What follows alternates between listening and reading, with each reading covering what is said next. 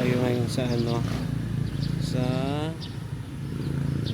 Nara Hospital kasi magpapa-lab test tayo. Kang iuutos ni Dr. Alois ay kailangan nating magpa-lab test for uric para makita niya kung ano yung i-reseta niya sa akin. So kagabi kasi or kahapon kasi pag uwi namin galing ng mga interview sa mga athletes, hindi ko talaga kaya yung sakit ng paa ko. Parang may talaga siya, parang swelling, inflammation, parang ganon. So nagsabi ako kay nurse namin, and then yun, nag-refer siya kay doctor. Sabi ni doctor magpa-lab daw ako ngayon morning. So see you. So dyan sana or siguro ako pupunta. Hindi ko pa alam kung saan yung OPD, pero parang sarado pa siya kasi 6:31 pa lang ngayon. So yan, tignan natin kung tama nga yung lugar na napuntahan ko para sa OPD.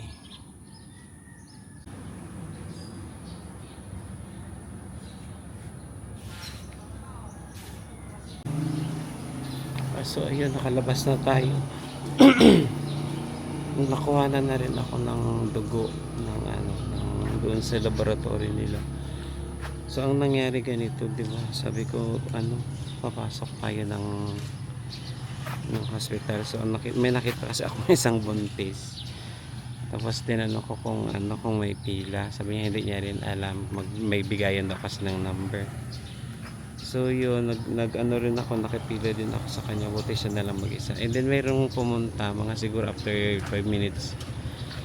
May pumunta na may dumating na isa ring buntis. Nagdire-diretso lang siya doon. Pumasok siya sa exit. So sabi ko, pwede pa lang pumasok. So tumawag ako kay nurse namin kung kailangan pa ba ng magpila. Sabi niya, try ko daw na dumiretso sa lab. Ayun, pag diretso ko sa lab, pwede naman pala. Kasi hindi ako kasama sa ngayon, yung mga buntis ngayon. Nagbayad na lang ako ng 300, pero yun, nakuha naman ako ng dugo dito sa may braso, hindi ko mapakita. Yun, so balik na lang tayo ng after lunch. Aray, sakit. Sige, see you there. Kain tayo. Diyos, kagagaling ko lang sa laboratory. Pinagdag ko dyan na Ernest mo. Magkapisa na ako.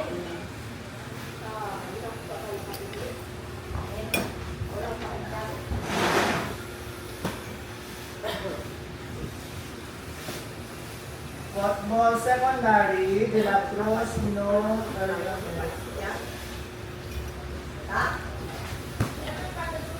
ito na note ko sa blackboard. So, De La Cruz na po. Nanote ko sa blackboard. 3 o'clock pa naman ang aming konyan. Pag hindi mga mo slash. Ada libut ko. Tadi ako nuduron mo ano, sir? Late lang yung Galing po kasi sa lab. Nagpa-lab test ako. ay, bawal sa ospital.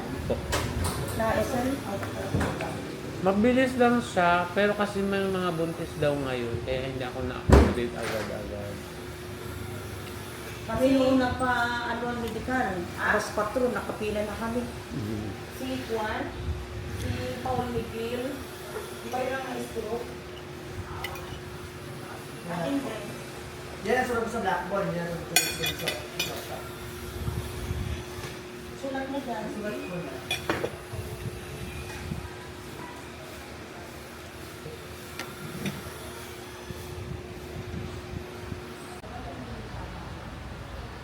Good morning. Nakahiga ako ngayon dito sa sa may higaan ko dito sa aming quarter kasi masakit na naman. Sakit na naman yung paa ko. Tignan nyo ba? Tignan, inaangat ko na lang yung paa ko. Kasi masakit na naman siya. Katatapos ko lang maligo. Tapos nag-inom na rin ako ng gamot na binigay ni Doc Lois kagabi. Yung sinabi niya na ipabili ko. Sana mag-ano siya, mag-upa-upa siya. Ganito kasi nangyari, ikwento ko na lang yung nangyari kasi ganito yun. 'Di ba nakita niyo na nga sa sa video kahapon sinabi ko masakit yung paa ko pag tinapak siya. Yun nga dati kasi pag kada umaga nararanasan ko na siya pag matagal yung upo, nararanasan ko na siya pag unang tapak mo masakit. So, pero yung mga na yun, kaya pa naman. Parang na ko siya, na mamanage ko pa siya. Kahapon, ganun yung nangyari, siya, masakit. So, pero iba yung sakit niya, parang sobrang sakit kasi. Parang hindi ko na siya kaya, parang ganun. Pero sinubukan ko pa rin magsuot ng medyas, sinubukan ko pa rin magsuot ng sapatos kahit na hirap na ako. So, maghapon yung aming activity, kagaya ng nakita nyo sa video kahapon, na nag-interview kami ng mga athletes para sa provincial meet nga. So, maghapon din ako nakasuot ng sapatos noon. Tapos, lakad-lakad kami. Siyempre, malalapit lang yung mga delegations. So, nilakad na lang namin sa isang venue. So, pag uwi namin kahapon, wait lang. So, yun na nga yung kwento ko. Pag uwi namin kahapon, hindi ko na talaga kaya yung sakit. Parang, hindi na, masakit na pa. Tapos yung pakiramdam ko, yung maga niya, namamaga siya sa loob. Parang ganun. Tapos, parang feeling ko paakyat na talaga siya. Masakit na. Bali yung pwersa ko sa kaliwang paa na lang lahat. Right dominant ako. So dito siya, hindi ko magalaw. So hirap na hirap ako maglakad kahapon. Tapos namamaga siya. Feeling ko talaga parang may inflammation ako nararamdaman. So ang ginawa ko, nung nandoon pa lang kami sa interview, mahina yung signal. Pero chinat ko na agad talaga yung nurse namin, yung district nurse namin. Tapos nung pagbalik namin dito, bago pa lang nagkaroon ng mga signal, bago pa lang nag-send yung mga chat, tapos mabuti naman ay nababasa niya agad, tapos nagre-reply siya. Tapos yun nga, sabi niya mag-refer daw siya sa namin, sa doctor namin, yung DepEd doctor namin, DepEd doctor, basta ganun, si Doc Lois. Yun, mabuti nag-reply din si Doc Lois. So, ang sabi ni Doc Lois ay magpa-laboratory nga daw ako ng maagang maaga. Kaso kanina ko yun ginawa. And then, para maibsan lang yung sakit kasi in pain ako, para maibsan lang yung sakit, ang ginawa ay pinabili ako ng gamot na parang pain reliever siguro yun. So, iinumin ko siya after meal twice a day. So, isa sa morning, isa sa gabi. So, nagpabili agad ako. Mabuti na lang yung kaibigan ko nandito. So, nagpabili agad ako sa kanya ng gamot. So, nagkain na ako ng biskwit agad. Tapos ininom ko na. Yun yung pamamaga yun, medyo nawawala-wala. Pero grabe, nandoon pa rin yung sakit niya. Nabawasan lang pero konti lang siya. So kanina pagka gising ko, dumiretso agad ako ng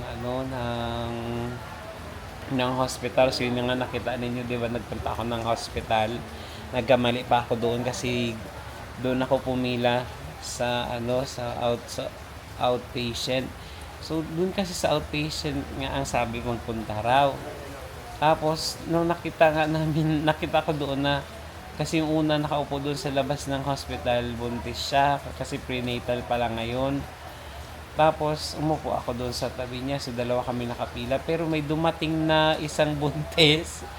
Diretso lang siya. Sabi ko, pwede palang pumunta doon ng diretso, pumasok. Kasi yung entrance nakasara, tapos yung exit, nakabukas. So, pumasok siya diretso lang. So, ang ginawa ko, tumawag ako kay nurse namin. So, sabi niya sa akin, kahit wag na raw akong pumila, magsubok daw ako na pumunta sa laboratory para magtanong doon.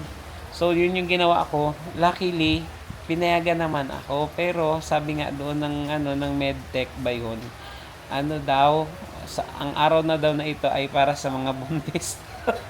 Malaki naman ang tiyan.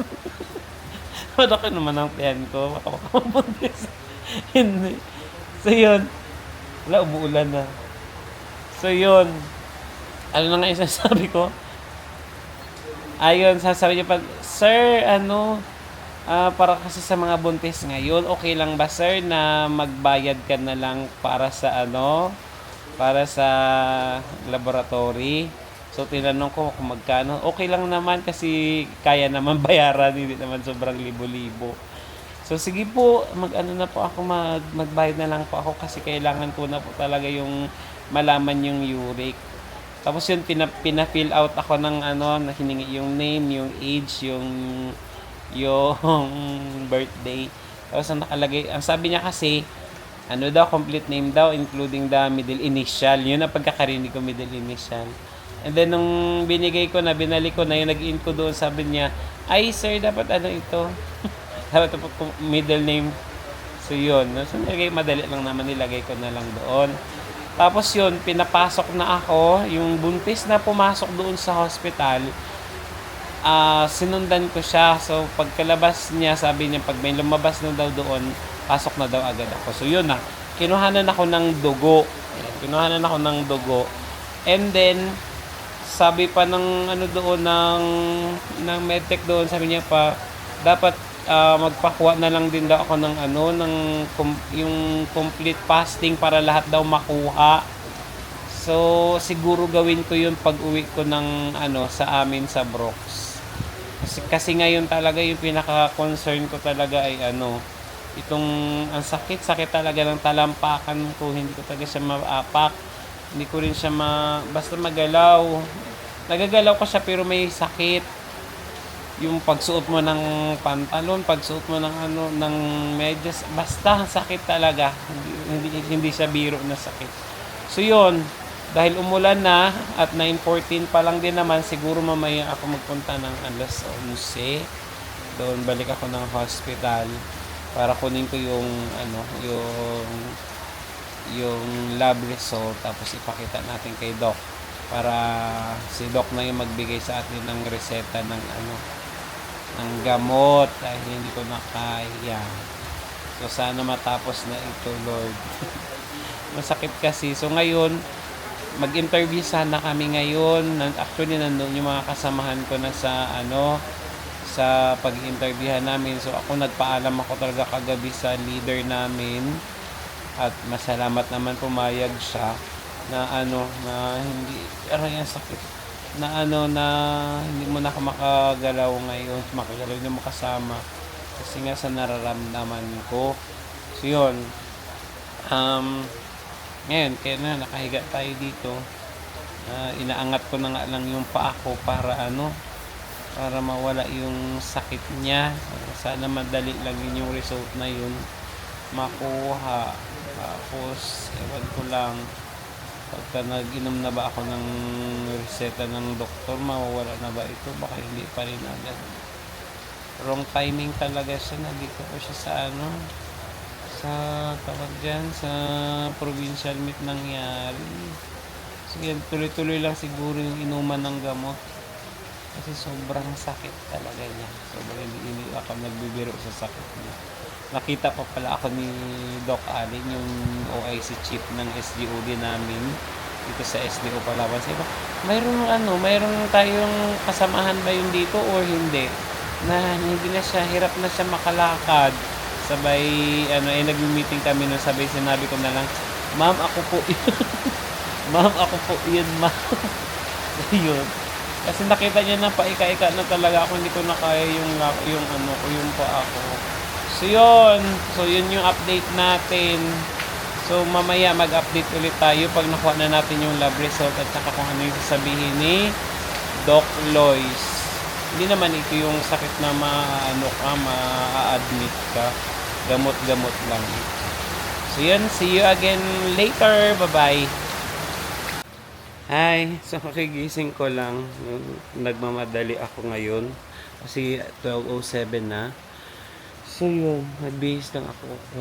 Babalik ako sa hospital, kukunin ko yung lab result. Tapos, idadala ko agad kay Doc Lois. And then, kung may time pa ako, makahabol pa ako, kung may sasakyan papuntang Nara, Princess Ordua, sasabay ako kasi may mga delegation pa kami dito ngayon sa bayan. Papunta doon sa Princess Ordua. Kasi interview doon, so kailangan ko makapunta doon. So, see you there and update ako later. Bye.